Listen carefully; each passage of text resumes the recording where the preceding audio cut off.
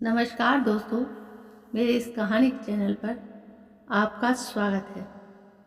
मनोज एक civil engineer है। उसने 12th के बाद 3 साल का ड्रॉप लिया था। उसके साथ कुछ ऐसा हुआ था जिस कारण से उसे स्कूल बदलना पड़ा। साथ ही उसे इन बातों से उभरने के लिए काफ़ी समय लग गया। उसके साथ के मित्र अभी तक नौकरी लग चुकी थी और वो अभी नौकरी के लिए भटक रहा था। मनोज ने सिविल इंजीनियर कंप्लीट करी। मनोज अब नौकरी के लिए एक कंस्ट्रक्शन कंपनी के ऑफिस में जाता है। जैसा कि आजकल हाल है, नौकरी के लिए बाहर काफ़ी लोग आए हैं। मनोज अपने नंबर का इंतज़ार कर रहा होता है। कुछ घंटों के बाद मनोज का नंबर आता है। वो अंदर इंटरव्यू के लिए जाता है। इंटरव्यू लेने के अंदर केवल एक ही यंग लड़की है, रिया। रिया ने मनोज को आते भी नहीं देखा। वो फाइल में बिजी है और कुछ ड्राइंग देख रही है। फिर कुछ देर बाद वो मनोज को बिना देखे ही उसकी फाइल देखती है। मनोज ने रिया को पहचान लिया। वो थोड़ा सा घबरा गया और उठकर जाना चाहता है, लेकिन फिर वो हिम्मत करके वहीं बैठा रहता है। जेब में से रुमाल निकालकर अपना पसीना पोंछता है। रिया को यह सब दिखाई देता है। वो मनोज को कहती है, घबराने की ज़रूरत नहीं है, आप रिलैक्स रहिए, आराम से। आप चाहें तो पानी पी सकते हैं। वो मनोज को का सीवी देखती है। मनोज के सीवी से उसे पता चल जाता है कि मनोज ने स्कूल के बाद ड्रॉप लिया है। वो मनोज से पूछ लेती है, आपने ड्रॉप क्यों लिया? आपकी वजह से। यह सुनकर रिया ऊपर मुंह करके मनोज को देखती है और बोलती है, सॉरी, क्या बोला आपने? मनोज ने जोर से कहा, हाँ, आपने सही सुना, मैंने ड्रॉप आपकी वजह से लिया था। रिया को मनोज की बात सुनकर थोड़ा गुस्सा आता है। रिया कहती है, या तो आपको कुछ गलतफहमी हो रही है या आप मजाक कर रहे हैं। मनोज मुस्कुराते हुए बोलता है, नहीं, मुझे कोई गलतफहमी नहीं हुई है। मैं अपनी लाइफ में पीछे आपके कारण ही रहा हूँ। रिया का सब्र अब टूट जाता है। वो मनोज की फाइल को फेंक देती है और बोलती है, तो आप जैसे लोगों को शर्म नहीं आती क्या? जहाँ लड़की देखी वहीं फ्लर्ट करने लगते हो। आप कहाँ आए हैं, आपको पता है? आप नौकरी मांगने आए हैं और इस तरह से बदतमीजी कर रही हैं। मनोज कहता है, तुम्हारा कसूर नहीं है। उस घटना के बाद मेरा चेहरा पूरा बदल गया है। मैं खुद अपने आप को नहीं पहचान पाता, तो कोई मुझे क्या पहचानेगा?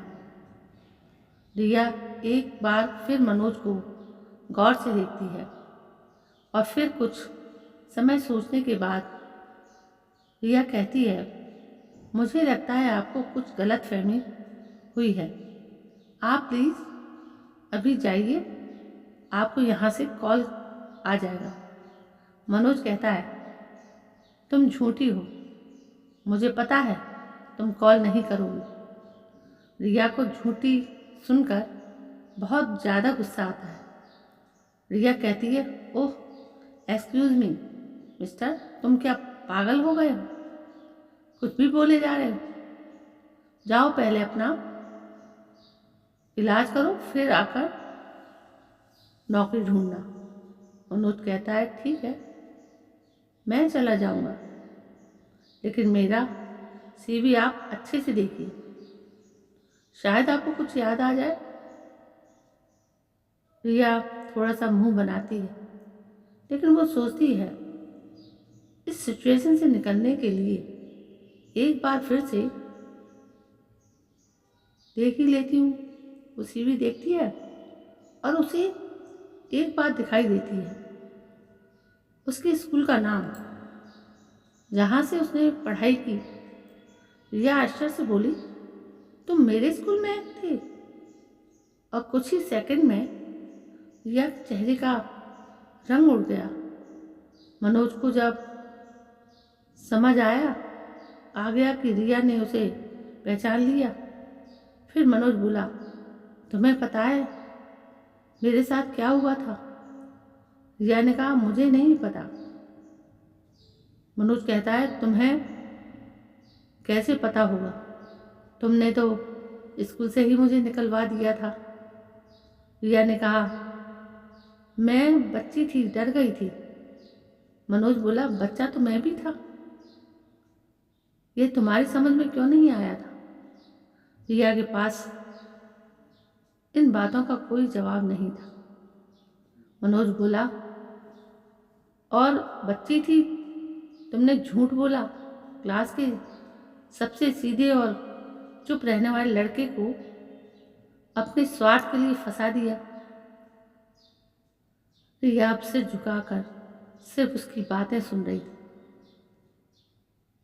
मनोज फिर बोला, मुझे उस साल एग्ज़ाम नहीं देने दिया गया। क्यों? क्योंकि तुमने मुझे फंसा दिया था।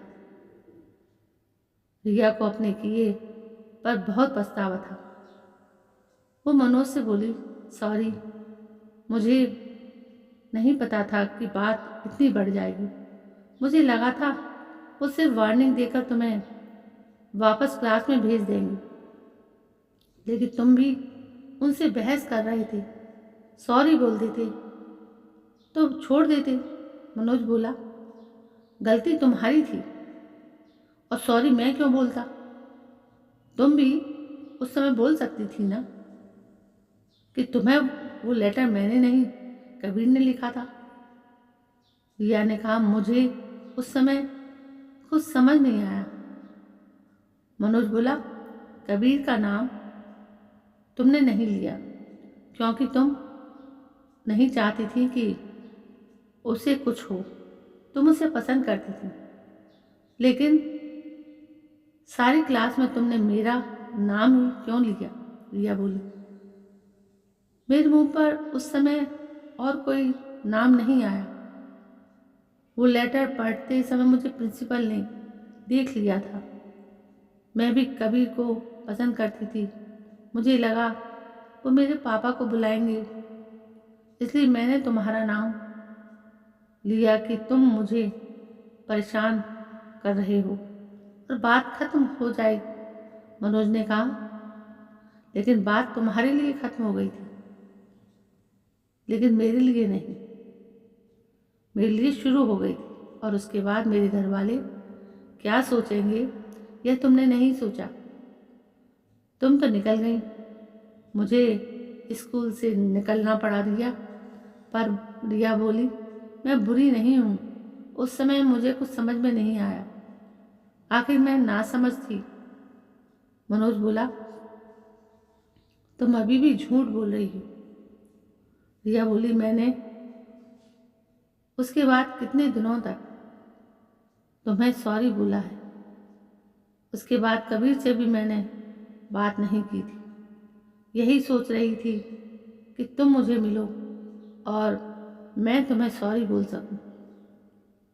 मैं तुम्हारे लिए कुछ कर सकती हूँ, प्लीज़ चाहो तो ये नौकरी। मनोज ने कहा, ओ प्लीज़ आप रहने दो, जहाँ तुम नौकरी दे रही हो वहाँ कुछ ना कुछ झूठ ही होगा। रिया ने कहा, ऐसा नहीं है, वो सिर्फ एक गलती थी। मनोज अपनी फाइल उठाकर दरवाजे की तरफ जाने लगता है, फिर एक नज़र पलटकर रिया को देखकर बोलता है, हो सके तो अब अपनी गलती की सज़ा किसी दूसरे को मत देना। रिया मनोज की बात सुनकर अपनी चेयर पर आंख बंद करके बैठ जाती है। और मनोज उसकी आंखों से ओझल हो जाता है। अब रिया को अपने किए पर पछतावा हो रहा था, क्योंकि जो हुआ से बदला नहीं जा सकता था। दोस्तों, ये थी कहानी जो मैंने आपको सुनाई। कभी कभी कहीं ना कहीं कुछ गलतफहमियाँ ऐसी हो जाती हैं जो लोगों की ज़िंदगी बदल जाती है, तो कभी भी ऐसा नहीं करना चाहिए।